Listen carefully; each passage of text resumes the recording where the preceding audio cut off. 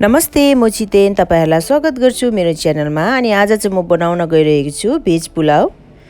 र यो पुलाव बनाउनको लागि चाहिँ मैले यहाँनिर 2 कप बासमती चामल लिएको छु।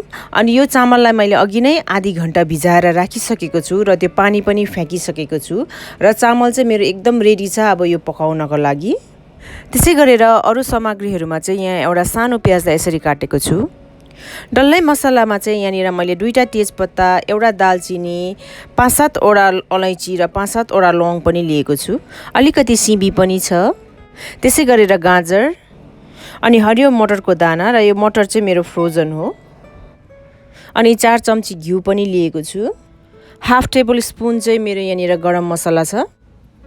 अनि काजु पनि लिएको छु, किसमिस पनि लिएको छु र नुन चाहिँ स्वाद अनुसार।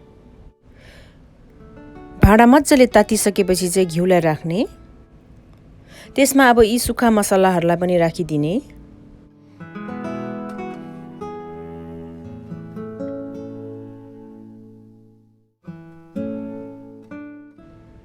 र अब म यो सुक्खा मसलाहरु एकछिन चलाउँछु।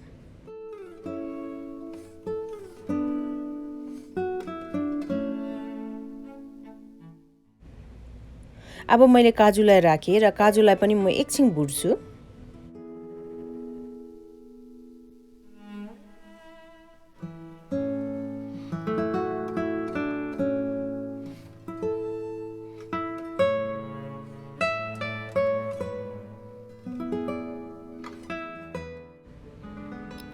काजुको कलर मज्जाले चेन्ज भएर आइसकेको छ। अब यसमा मैले प्याज राखे।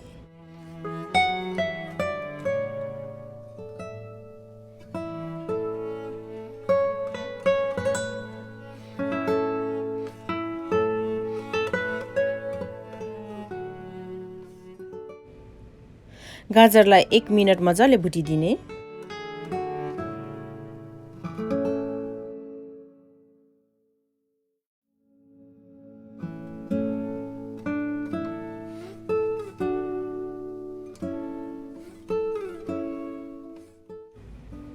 अब मैले सिमी राखे। सिमीलाई पनि त्यसै गरेर 1 मिनेट मज्जाले भुट्ने।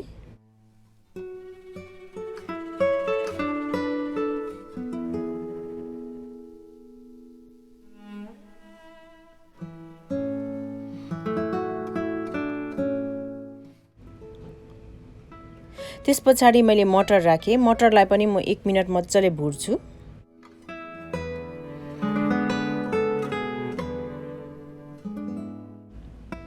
अब सबै सब्जीहरु मज्जाले भुटेपछि चाहिँ अब त्यसमाथि चाहिँ म किसमिस राख्दै छु। किसमिस सँगै मैले गरम मसलालाई पनि राखिदिए। किसमिस र गरम मसला राखेपछि फेरि 1 मिनेट मज्जाले भुटिदिने।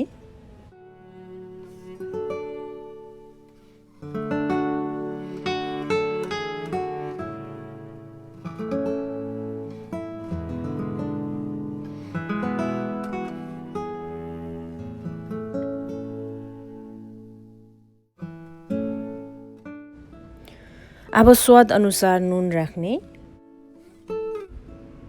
र नुनलाई पनि एकछिन मज्जाले मिक्स हुन दिने।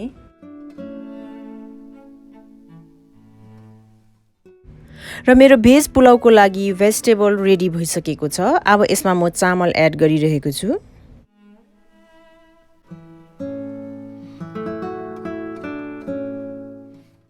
अब चामल एड गरिसकेपछि फेरि सबै भेजिटेबलहरुसँग मज्जाले मिक्स हुने गरेर यो चामललाई मज्जाले एकछिन भुट्नु पर्छ।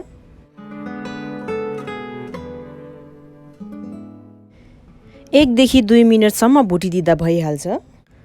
अब म यसमा 3 कप तातो पानी एड गरिरहेको छु।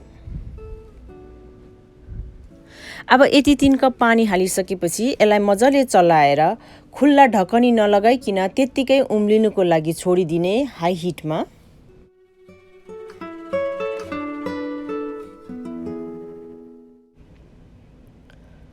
पुलावको पानी सुक्न लागिसकेको छ। अब चाहिँ यसलाई म कभर गरेर 5 मिनेटको लागि स्लो हिटमा यतिकै पाक्नको लागि छोड्छु। 5 मिनेट बाद मेरो पुलाव खानको लागि रेडी भइसकेको छ। ल हेर्नुस् त कति मज्जाको पुलाव बनिएको छ।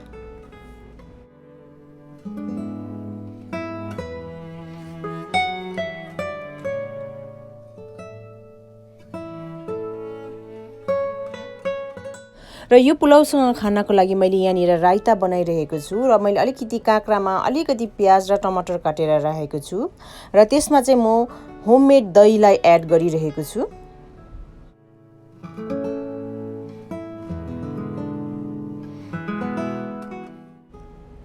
त्यसमा अलिकति बिरे नुन छैन भने नुन पनि राख्न सक्नुहुन्छ र यसलाई मजाले फिटिदिने।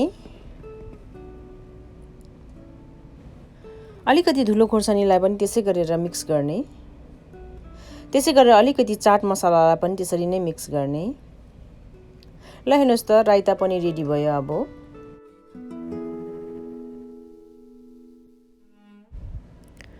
मलाई आशा छ तपाईहरुलाई आजको मेरो यो भिडियो पनि एकदमै मन पर्छ होला भनेर। यदि च्यानलमा नयाँ हुनुहुन्छ भने प्लिज च्यानललाई सब्स्क्राइब गर्न चाहिँ नबिर्सिदिनुहोस् है।